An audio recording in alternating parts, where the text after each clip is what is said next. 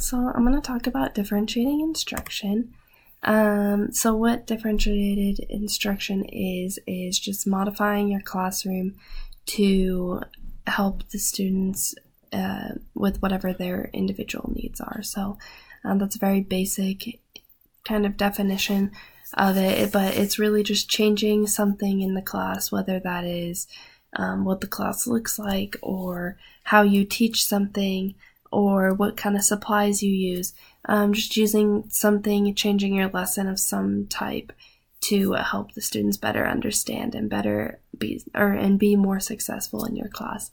There's going to be students with so many different needs, very, very diverse needs in your class. And so that's just recognizing those different needs and being able to adjust the classroom so that it is it's the best classroom for those students and so that they can be successful. This approach is successful because it's always being tested, making sure that every teacher should be using differentiated instruction in their classroom, and being able to teach all these different students the way that they need to be taught is why this approach is successful. So how do the teachers differentiate? So the first thing, I put 4 steps on here. The first one is content.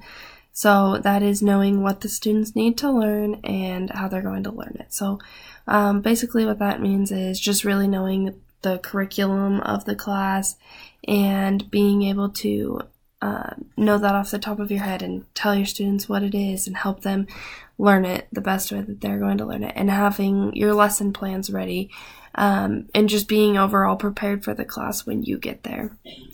Because if you're not prepared, then it's going to be a lot harder on the students. So as a teacher, being prepared and knowing what the students are going to learn. So the next thing would be process, that is just how are the students going to learn. So are you going to need to do a more active activity for them, or is it something that they're going to just be able to listen to? Maybe you watch a video.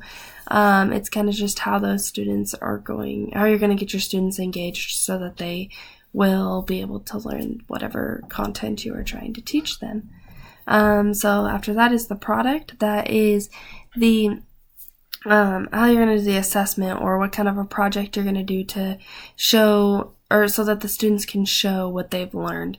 They can apply what they've learned. So if that's a test, being able to apply those skills on the test. If it's a project, they can display something that they've learned and something that they've made. And that can range for any subject. And then lastly is the learning environment. So that's the feel and the flow of the classroom. If a student's not comfortable in your classroom, they're not going to be able to learn very well.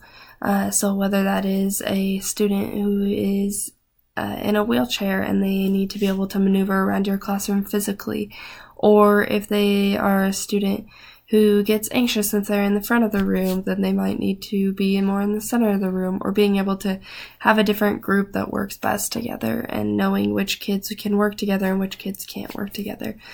So that's really just being aware of what's going on in your classroom and being able to feel that out and make it the best environment for every student.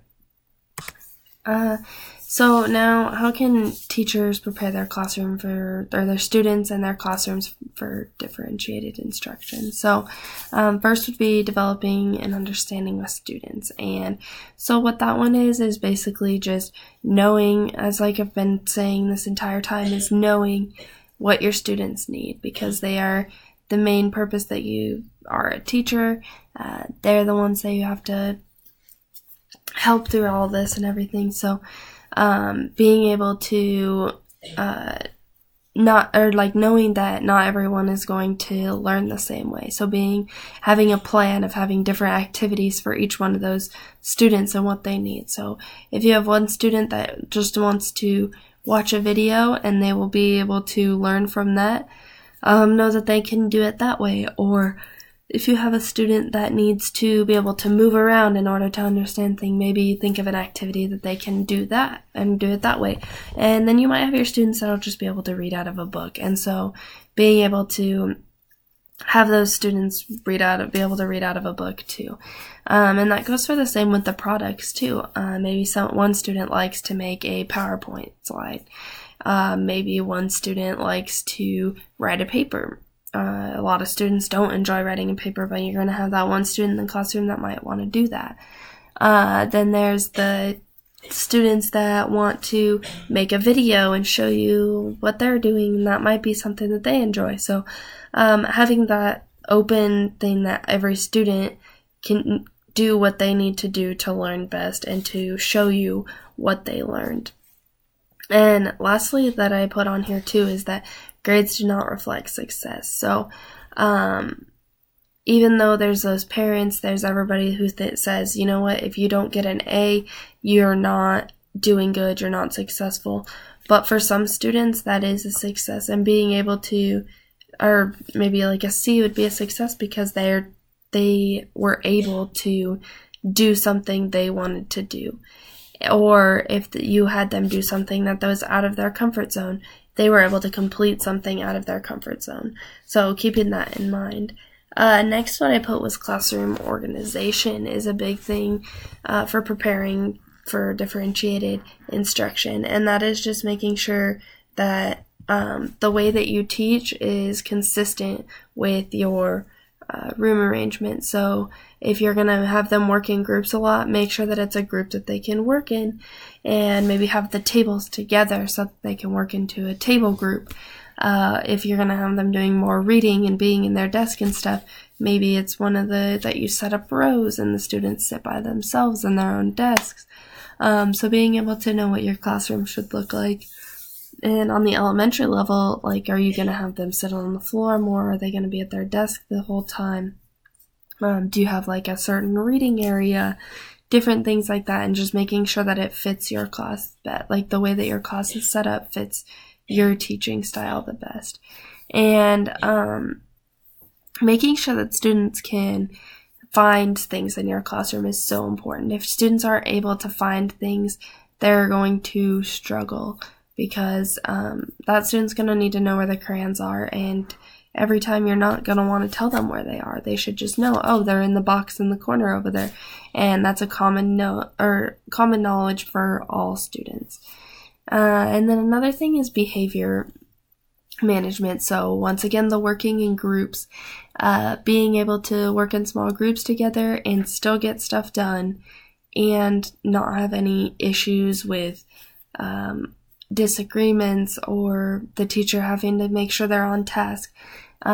So being able to know what groups are going to work together best and how to set them in your classroom so that if this group is going to easily be distracted by this group, they're not right next to each other to be able to distract each other.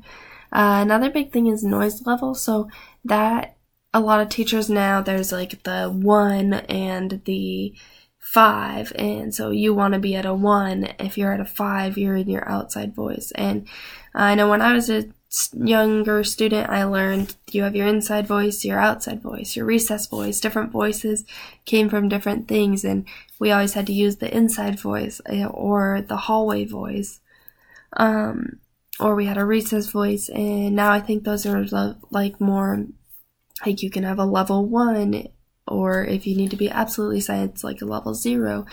And just making sure students know what the definition of each one of those levels is and how you're going to express that to them. And then making sure that your transition between your activities is smooth, because you don't need to be going from reading to math and spending 10 minutes just trying to get the students to change over into math. So maybe those two activities shouldn't be next to each other, because students can't change from like reading to math really easy. So having your classroom set up that way, like your schedule set up that way, so you know what's best. And then making sure the students stay on task. And then lastly is managing time. So being able to know how long a lesson's going to take and making sure the students stay on task so that they can get things done in that timely manner. So what does it look like in the classroom? This is very similar to the last slide. So what do you expect from your students? Being able to get to know your students and letting them know and having them help you get some expectations for the classroom. And then you're making sure your classroom is like very goal oriented, and make sure the students know what their instructions are and how they'll be graded, what the different types of assessments are. There's some classes that are super project-based learning, and with the project-based learning, they don't have the tests that you have to take and stress over. And then just making sure that you're always giving your students feedback, and that your class is super flexible for what the students need and not just what you want, because that is what differentiated learning is about, is what the students need. So these common classroom practices that we went through, there's the delivers instruction primarily by lecture. So I said that not everyone listens to a lecture very well, and they need some other type of learning. And so this teacher did not differentiate in their process at all. And maybe they start to think of different types of lessons each day, so that the students will have a chance to be more interested and learn better, because they are able to learn in a way that they can learn instead of just being lectured. The next one was groups of students at the beginning of the year, or like they grouped the students off of what they achieved like in the previous year. So they didn't allow they didn't allow themselves to see who the students are, so they based it solely off of the student's past, which isn't fair to the student, for one, and to the student that might not be the way that you want it grouped in your class, because just because it's a way that they tested doesn't mean that that's the student that they are. And maybe they learn differently than everybody else in their group, and you would never know that if you just do that. So this colleague could definitely stop basing everything off of what the students used to be and do it what the students are now. And lastly is giving bonus points for classroom participation. So this one is really hard because a lot of teachers want to do that, but not every student likes to speak out in class. They might have a certain reason for that. They might just be really shy. And that is okay for the students to be like that. But so pressuring them to speak in class so that they can get bonus points is not fair if that's not the kind of person they are. So this teacher could either make it an equal opportunity for those students to find a way to get bonus points too, or just not have that chance at all.